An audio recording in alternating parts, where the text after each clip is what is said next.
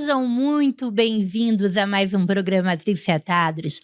Agradeço a audiência de vocês todos os dias, de segunda a sexta, às 19 horas, aqui pela Record News Manaus, canal 27.1 na TV aberta ou 78 na TV fechada.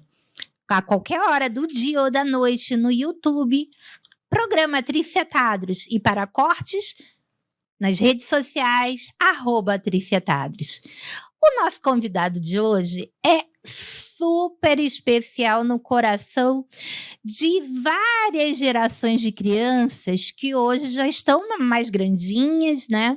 Crescidinhas. E também uma nova geração que está chegando aí, de filhos e netos de clientes.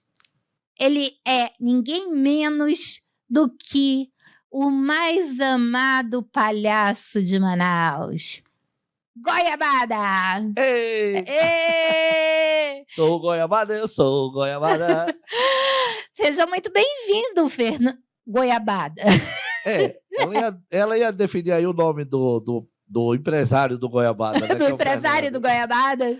Muito obrigado pelo convite, Trícia. Imagina, querido, você é de casa, literalmente de casa, porque você sabe que quando os meus filhos escutam a tua voz no condomínio, que aquele povo lá do condomínio é festeiro, né? Gosta de fazer festa, é bom, né? É bom, né? Muito bom. É rentável, né? Oxi. Cachezinho em aumenta dólar.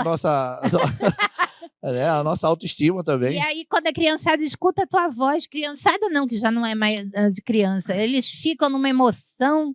Pois é, porque faz parte da história de vida deles, né? Não, Afinal de contas, são 34 anos. Então, muitas crianças que hoje estão com determinada idade, um pouco mais acima de 34 ou menos, um pouquinho de 34, acompanharam aí a trajetória do Goiabada, né? Pois é, mas vamos falar uma coisa? O Fernando nasceu, vai fazer 60 anos agora. Exatamente, dia 30 de maio. E o Fernando que eu conheci foi lá no ICHL, na UFAM, né? Oxe, faz tempo, né? Faz tempo. Então, você era acadêmico de geografia. Exatamente. E aí... Fiz até o 5º período, pra você ter ideia. 5º período de geografia e tudo parecia que iria virar professor, né? Trabalhar nessa área, né? E de repente nasceu o Goiabada. Como foi que nasceu o Goiabada? Pois é, em 91, né, quando, coincidentemente, eu passei no vestibular, aconteceu um acidente comigo, né? Eu saía da Aparecida para ir pegar meu pai lá, meu pai era barbeiro, né, ali na feira do Japinlândia. Então eu saía de lá, era um sábado, umas 6 horas da tarde, em direção ao Japim. No meio do caminho, ali pela Tarumã, a Avenida Tarumã, na Praça 14, eu descendo com o meu carro, era um Chevette, né? Aí eu me lembro desse Chevette. Chevette branco. Um carro, um Fusca, né? Cruzou a minha frente e acertou a traseira do meu carro. E ali não tem sinal, não né? Não tem, era ali perto da Benayon, ali na mesma rua. Não tem sinal até hoje. Ela cruzou a minha frente e eu, em cima, não tive como desviar. Aí ela bateu na traseira do meu carro, o carro rodopiou e eu capotei com o carro. A história começa por aí, porque, na verdade, até então... Eu não sabia dessa história da tua vida, olha. Começou praticamente assim, né? Com um acidente de carro.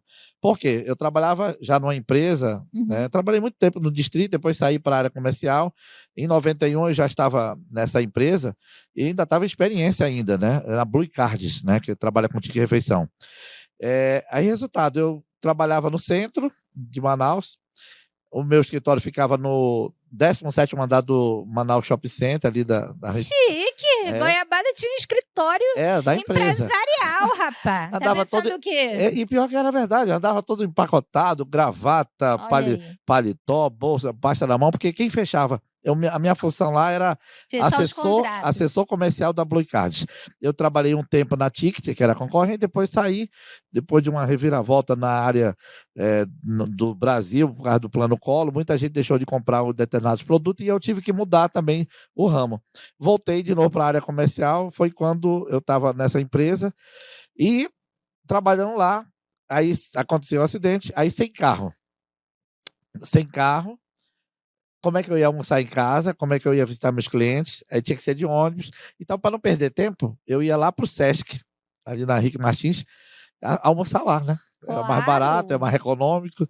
E lá descobri que estava tendo uma oficina de teatro, ministrado pela professora Neuza Rita, que eu tenho uma estima muito grande por ela, nunca esqueço de comentar isso.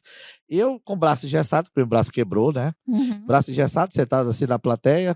Aí ela me chamou, o pessoal estava ensaiando, era uma oficina, e disse, venha participar com a gente, você? Eu disse, não, professor, eu estou aqui com o braço engessado e tal. Eu disse, não, vem assim mesmo, vamos lá, você interage com a gente. Isso aí foi no mês de julho, né? Aconteceu um acidente em julho, dia 20 de julho, e o curso durava 2 meses. Nesse período aí, a gente foi fazendo as oficinas, estudando isso, posicionamento de palco. Eu nunca tinha feito show aberto ao público, nunca tinha feito nada assim perante ao público, né? Mas foi nessa oficina que depois que concluiu a oficina de teatro, que você tinha que apresentar alguma coisa perante ao público, né? E aí eu não tinha tempo para ensaiar em grupo. Aí a professora disse, olha, você tem que fazer alguma coisa no palco, ou cantar, ou dançar, contar uma história, contar um conto, sei lá, ler um livro. Aí disse, olha, eu sei imitar o Silvio Santos, pode ser? Olha. Aí ela disse, então faça isso, suba aí no palco. Aí eu cheguei. Oi, mas vocês estão muito bem, vocês estão sensacional, quem quer dinheiro? Oi, mas olha.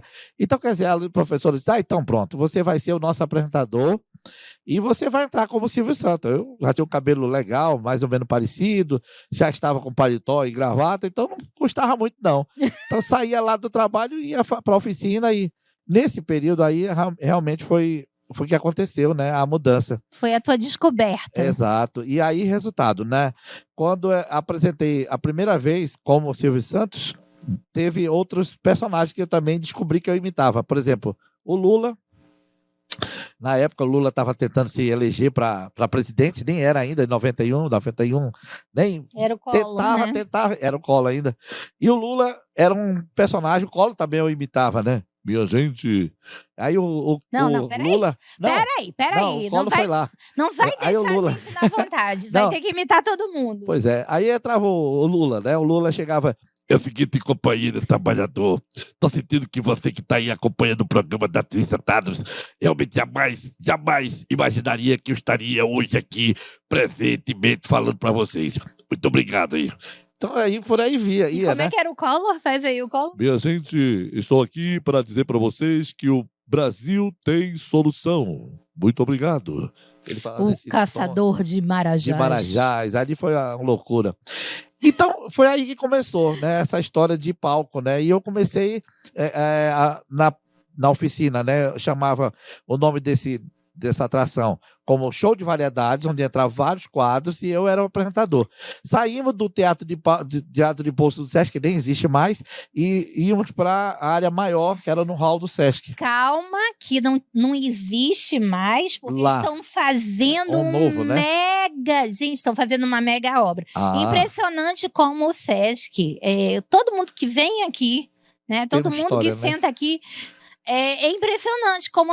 Eu tenho a impressão que se não fosse o Sesc, não existiria artista aqui no Amazonas, porque todo mundo começou lá, né? Ou participou do Calouro, do Sesc, ou oficina de teatro, ou oficina de dança. De música, tinha várias oficinas lá. Porque... E eu acho que durante um bom tempo... Só o Sesc que dava espaço para artista, né? Exato. Inclusive, eu aprendi a tocar violão na época, lá em 90, 91, com o Bob, que era do Grupo Carrapicho. Ele foi o meu professor. Sim, o Grupo Carrapicho, gente, para quem não sabe, era um projeto do Sesc, né? Pois é. O Grupo Carrapicho era um projeto do Sesc, montado através do Sesc, né? O Zezinho Correia era um funcionário queridíssimo do Sesc. Tanto que quando ele foi embora para a Europa, né? Pois é. Para fazer sucesso com o tic-tac, né? Paris. Então, ele queria sair do Sesc, aí... Não. Inclusive era uma das vozes que eu imitava lá na frente, né? Lá do palco. Vamos lá, faz o Zezinho correndo. Meu coração baião, meu coração baião, meu coração vai se apaixonar Naquele tempo ele gostava muito de cantar. Quem é a menina que está na janela? Lembra disso? Muito, muito, muito. Então, é assim, os artistas realmente se encontravam ali. Até haver aquele projeto do Carrapicho de divulgar nossa cultura amazônica, que pegaram um letrista do interior, né, para fazer o bate forte o tambor, né? Pois é. Que eu quero tic-tic-tic-tic-tá. Que o tic-tic era o barulho da farinha, né? Pois é, que fazia o movimento do forno, né? De mexer a farinha. Isso. Que a maioria das pessoas não conhecem essa história. Conta direitinho. Você que... Pois é. Então, no Sesc eu comecei ali fazendo 2 amigos meus, que eram palhaço, que eram Sorriso e Escovinha. Me viram fazendo essas imitações. O Gravata não foi teu amigo lá também, não? Ele fazia parte do Sesc também, né? Tenho fotos com ele também, né? Que a gente tirava bastante lá com o Zezinho. Mas o Gravata, o palhaço Gravata, realmente também ensinou muita coisa pra gente que estava iniciando ali. E os 2 palhaços me convidaram para fazer uma festa. Nessa festa foi dia 25 de outubro de 91. E foi aí que começou a história do Goiabada, né? Então, o Goiabada nasceu dia 25 de novembro... De outubro. De 91. Ih, cara, Goiabada é o escorpiano? Goiabada. O empresário do Goiabada é geminiano. Mas o Goiabada é escorpiano, não se meta com escorpiano, não. Porque é gente forte, né? Tem suas defesas. Espiritualmente falando, eu tenho, graças a Deus, eu tenho. Foi na hora certa, né? Porque se era governo Collor, foi na hora certa, porque ali foi uma mudança geral no país, né? Uma mudança geral de um período econômico muito complicado, né? Exato. E aí as empresas, virou uma quebradeira de empresa muito grande, e aí a palhaçada... Foi uma alternativa, né? Para mim, até porque eu mesmo ainda fazendo o lado da empresa lá, eu continuei trabalhando no ano de 92 todinho. Sim, mas de qualquer maneira, houve uma queda drástica na economia aqui, né? Naquela época, eu acho que fazia um complemento bacana na tua renda, né? Porque eu fazia durante a semana o trabalho lá na empresa, né? E no final de semana era o Goiabada, juntamente com o grupo. A gente montou um grupo chamado Grupo Chocolate, Sorriso, Escovinha e Goiabada. Começamos a ter o primeiro contrato fixo, assim, na Alemã do Ideal Clube. A gente vai pedir um intervalinho comercial e a gente volta contando isso aí, tá? A gente volta já.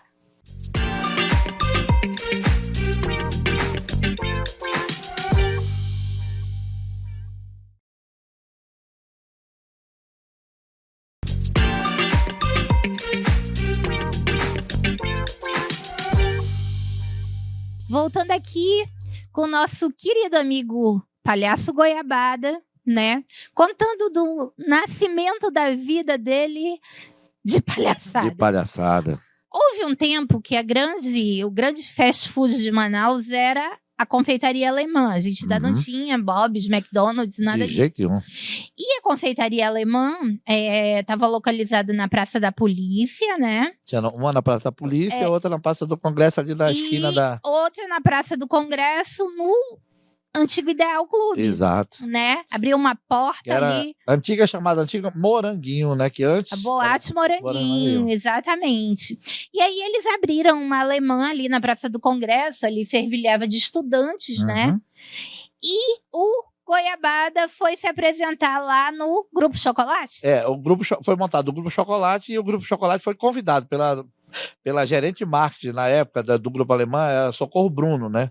Também não é uma pessoa que não posso esquecer. E lá, os 3 se apresentando todo domingo, a partir das 6 da tarde. Mas tudo isso começou como? Por que eu fui lá para a Alemã? Porque em 92, início de 92, janeiro de 92, tinha uma campanha de uma TV que chamava Tente Invente, Faça 92 Diferente. Me lembro. E aí, o que nós fizemos? Eu reuni os 2 lá, os 2 palhaços, que eram mais novos que eu. Invente. Vamos lá para a Praça da Saudade. Aí fomos lá para a Praça da Saudade fazer um trabalho para as crianças que estavam por lá, sem cobrar nada, assim, aberto ao público mesmo. E lá, uma forma de divulgar o nosso trabalho com uns panfletinhos que eu preparei. Nesse dia, justamente a gerente de marketing estava passando por lá, pegou esse panfleto e durante a semana nos contactou para que fôssemos lá para fazer um contrato. Até porque uma característica daquela alemã é que o movimento era de estudante. Isso. Né? No final de semana era mais caído. Mais caído. Aí foi justamente a atração que levava a criançada para lá, né? Exato. Já existia um que fazia, só que não estava tendo retorno, né? Não estava tendo movimento. E com o Goiabada e os outros dois, o Grupo Chocolate em si, houve um boom assim. Então, quer dizer, houve uma divulgação também paralela, porque hoje em dia você tem celular para divulgar através do Instagram. É outra história. Na época lá, a gente tinha uma divulgação através do Cricri, que era da crítica, né? Não sei se pode falar, mas já falei, né? Então, ela tinha uma coluna lá que divulgava esse espaço onde a gente se apresentava. Mas, na verdade, a propaganda naquele tempo era boca a boca mesmo. Exato.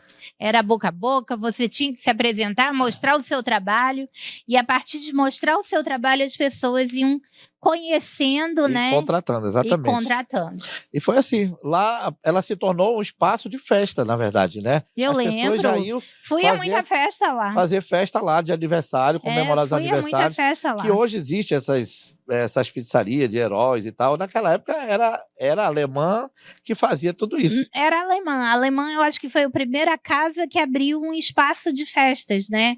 Um espaço para garotada. Olha aí. Olha aí. Essa multidão aí. Isso aí foi um evento de uma empresa. Né? E a meninada curtindo aí o Goiabada. A gente tem bastante. Caraca! A gente consegue dar um boom assim de movimentação na meninada. Tem dança, tem karaokê. Enfim, a gente faz bastante festa aí nesse esquema de aniversário, onde envolve várias coisas. Tá. Aí, a partir das festas lá na Alemã, as pessoas foram te convidando para as festas privadas? Exatamente. A Alemã foi o primeiro ponto específico, assim, fixo, né, que conseguimos com o contrato.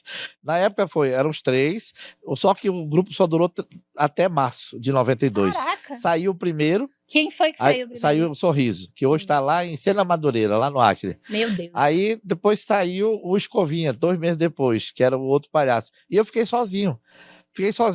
Mas tu te basta, cara. Pois é, mas eu não sabia. Eu não sabia que ia dar certo, assim.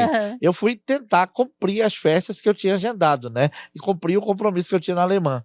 Isso foi em maio, né? Que aconteceu a saída do outro. E aí, justamente dia 30 de maio, dia do meu aniversário, ele saiu, a gente tinha 2 eventos nesse dia. E ele simplesmente disse, eu não quero mais. Então eu tive que assumir essas 2 festas sozinho, dar meu jeito, e assim foi. Então, como eu ainda estava na empresa, eu estava tranquilo. Pô, estou empregado, vou só cumprir as festas que eu tenho aí. Só que houve um aumento tão grande de procura para o Goiabada apresentar nas festas. E a economia do país estava num momento tão complicado, né? Mudando a moeda, Exato. É uma loucura. E assim foi, o Goiabada conseguiu passar por essa fase, em junho, na verdade, conseguiu um contrato no Amazonas Shopping, né? Tinha um outro palhaço lá também. O Amazonas Shopping estava nascendo, porque gente. era o primeiro shopping de Manaus. Não, e é justamente o período que o Amazonas Shopping estava nascendo, Exato, né? porque ele foi inaugurado em 91. Final de 91, ele inaugurou para o Natal de 91. Exato. Né? Nós ainda fizemos uma performance lá de outro personagem que eu tinha através do teatro, com a Norma Araújo, onde eu tava com drag, imagina, né? A drag surgiu nessa época aí. Mas eu não sabia que a drag era tão antiga. Sabe o que eu pensava? Que a drag tinha sido uma criação para aquelas tuas criancinhas que já estavam maiorzinhas, aí queria um chá de chá bebê, de panela, um chá de panela. Chá de 15, que a gente chama chá de beleza, né? Fiz vários. Me lembro. Mas foi baseado nesse início lá, né? Olha, com a Norma Araújo, que é uma grande artista. Com certeza. Né? Também é outra pessoa que me ajudou bastante no início da minha carreira. Ela, Socorro Andrade, também, que tinha o grupo dela. Então são pessoas que realmente têm assim como referência. A Dodora também. A Dodora foi a primeira pessoa que confiou no trabalho do Goiabada. A Dodora até para indicar. Bandeirão, exato, para indicar para as amigas. Isso. Como a Dodora tinha a casa de espaço de festas, né, tudo itens para festa, era ali na Floriano Peixoto. Exatamente. Então eu trabalhava lá no centro e passava por lá e eu fiz o contato com a Dodora, falei quem eu era, né? Ela disse, que legal, então eu vou indicar você para a primeira festa. Foi até da dona Sandra, do Rodrigo, dos meninos do Marcel. Da Sandra Paz Leme? É a Sandra, que é a esposa do Bigode, eu não sei o nome. Eu acho que é a Sandra, é a mãe do Marcel e do Rodrigo. Bom. Mãe deles. Enfim, aí eu fiz uma participação na frente da loja, como goiabada, agitando lá. Aí pronto, consegui conquistar o coração da Dodora. Tanto que depois, anos depois, quer dizer, uns 3 anos depois, eu casei e ela foi ser minha madrinha. Ela é minha madrinha de casamento. Então nós temos uma aproximação e uma gratidão muito grande pela Dodora. Dodora que a gente está falando é auxiliadora Cavalcante, proprietária do Bandeirão, né? Esposa do Dr. Helder Cavalcante, mãe da doutora Rebeca. Filha do seu Rivaldo Bandeira de Menina, que eu ainda ia falar da Raquel, tu já tá Não, do avô, é o pai dela. O seu Rivaldo, que era dono lá do Bandeirão, Isso, que começou com o médico das canetas, olha só. Exatamente. É uma história muito louca. É uma história, mas é uma família muito querida por todos nós aqui. Vamos mudar a foto, Tanner? Olha... tem outras fotos aí, tem bastante. Aí no Instagram do Goiabada, para quem quiser acompanhar, seguir a página do Goiabada, é o Goiabada Fest, @Goiabada Fest no Instagram, tem o Goiabada Fest, a fanpage no Facebook, e também tem a do Fernando Silva, que também puxa as fotos todinhas do Instagram para encaixar lá no Facebook. Então, aí, Fernando, tu te casaste em 95? 95 foi. Então, eu sou... Não vou falar nada. 95 o dólar tava 1 por 1. Aí que 89 centavos. Aí todo mundo se empolgou, achou que podia casar. Tava bom, já tinha conseguido uma casa, né? Na época já tinha comprado a minha casa. E não foi casinha não, né? Foi lá no Campos Elíseos. Tá, né? Lá até hoje, né? Tá lá? Tá. Olha, então, aí foi, a nossa lua de mel foi até em Margarita, né? Olha. Foi lá. E nessa época, foi uma coisa muito interessante. Em 94, eu fui para Rio de Janeiro para tentar conhecer coisas novas lá. Todo mundo foi nessa época para o Rio de Janeiro. 94, em agosto de 94. Aí eu fui tentar ver se o que eu fazia aqui em Manaus era mais ou menos parecido com o que as pessoas faziam lá. Ou tentar absorver algumas informações. Praticamente o que eu fazia aqui não tinha nada a ver com o que fazia lá. O que eu fazia aqui era mais do que eu via as pessoas fazendo lá. Então, então o que eu faço? Voltei para Manaus. Tu sabes que um dia eu me assombrei, porque assim, os meninos eram pequenos, né? Tu sabes que meu pai mora no Rio de Janeiro, né? Legal. E trabalha no Rio de Janeiro, né? Que mora e fica... E eu passo sempre, os meus filhos nasceram no Rio por questões médicas, né? E eu passo sempre um tempo lá. E às vezes nas férias, eu ficava um tempo mais prolongado. E aí a gente levava para teatrinho e tudo mais. E teve um dia que eu cheguei lá no shopping da Gávea, que era o lugar que tinha os teatrinhos infantis, e tava lá um circo do não sei quem. Eu falei, oba, vamos no circo. Gente, as crianças cariocas nunca tinham ido a um circo na vida. O circo tava no teatro e o pessoal, assim, tipo, numa estranheza. E a gente aqui já super acostumado com essa cultura de circo, de palhaço, a gente tem muitos artistas, né, que estão na estrada há muitos tempo, anos, né? O meu referencial de palhaço, por exemplo, era o Atinho, o Espirro. Era, por exemplo, os palhaços mais antigos, era o Carequinha, que eu gosto. Assim, tem até o CD dele ainda, há muito tempo atrás, que era a música que a gente não deixa de cantar. O bom menino não faz pipi na cama. O bom menino só não faz malcriação. O bom menino só pensa em ir à escola. E na escola aprende sempre a lição. Isso. O Carequinha já estava velhinho quando eu me entendi por gente, mas eu me lembro que ele lotava o Teatro Amazonas. Ele tinha um carisma assim, muito grande, as pessoas gostavam. Era uma referência, né? É um dos mais antigos. E a minha... Por que eu me maqueio todo? Por que existe esse detalhe? Porque hoje em dia existem os palhaços, mas não se maqueiam como... Existe aquele clown, que é só um detalhezinho aqui. Eu não sabia disso, eu achei que palhaço era palhaço e acabou essa história. Eu procurei adaptar esse estilo. Sapato de palhaço, calça frouxa. Não, tipo eu acho que palhaço tem que usar roupa de palhaço, né? E a cara com esse detalhe do cabelo, que foi o primeiro cabelo que eu usei, e de lá pra cá assim, eu nunca mudei o estilo de cabelo, né? Sempre esse detalhezinho aqui. Olha, o Goiabada tem uns looks maravilhosos. Tem vários. Tanner, pode colocar a minha página aí atrás para não escurecer o brilho desse rapaz. Oh, meu Deus. Olha, porque o colorido dele é uma coisa, eu vim de preto hoje. E são várias roupas coloridas. Eu gosto, difícil encontrar. Deixa eu te contar uma coisa. Tô bonito, né? Tá lindo, mas a roupa que eu não aguento é aquela tua roupa de surfista em festa de piscina. Pois é, porque não dá pra entrar com uma roupa dessa lá na piscina. Porque o Goiabada faz animação também em festa de piscina. Piscina. Bom, eu tento me adaptar em vários ambientes, né? Mas aquela tua roupa de surfista, made in Miami, né? Pois é, camisa coladinha, com a calça apertada, colada, sapatilha pra entrar na piscina. Só de olhar aquilo já dá vontade de rir. E tem uma história que o Dudu meu filho acabou de falar ao telefone, né? Quando soube que o Goiabada estava aqui, foi que encontrou... Um abraço pro Dudu, pra Bia. Pra Bia. Beijo, Bia. Beijo, Goiabada Dudu. aqui, te fazendo um apelo, me dá um neto. Olha Bia. aí, ela tá querendo um neto pro Goiabada animar a festa de primeiro ano do neto. Olha, Bia. Então ou é a Bia ou é o Dudu. Um dos dois tem que dar um neto pra Patrícia, né? Afinal de contas. Eu acho que a Bia já tá mais encaminhada. Então pronto, né? No namoro, já tá mais... O Dudu diz que ainda não encontrou a namorada certa, né? O Dudu, olha, isso é assunto pro próximo, tá? Agradeço a audiência de vocês e a gente continua no próximo programa. Valeu!